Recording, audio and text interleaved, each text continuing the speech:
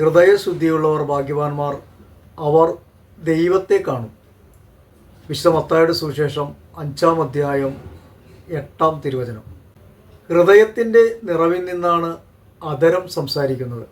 ദുശ്ചിന്ത, കൊലപാതകം, പരദൂഷണം, അസൂയ, വെറുപ്പ്, വാശി, വൈരാഗ്യം ഇങ്ങനെയുള്ള തിന്മകളെല്ലാം ഹൃദയത്തിൽ നിന്നും വരുന്നു.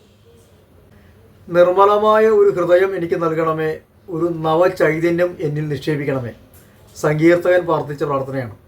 ജോഷുവ 3:5 നിങ്ങളെ തന്നെ നിങ്ങൾ ശുദ്ധീകരിക്കുവിൻ, നാളെ നിങ്ങളുടെ ഇടയിൽ കർത്താവ് അത്ഭുതങ്ങൾ പ്രവർത്തിക്കും. സമാധാനം ഇരിക്കുന്നത് ഹൃദയത്തിലാണ്. അവൻ നമ്മുടെ സമാധാനമാണ്. യേശുക്രിസ്തു നമ്മുടെ ഹൃദയത്തിൽ വസിക്കട്ടെ. അങ്ങനെ ദൈവത്തിൻ്റെ സമാധാനത്തിൽ നമുക്ക് ജീവിക്കാം.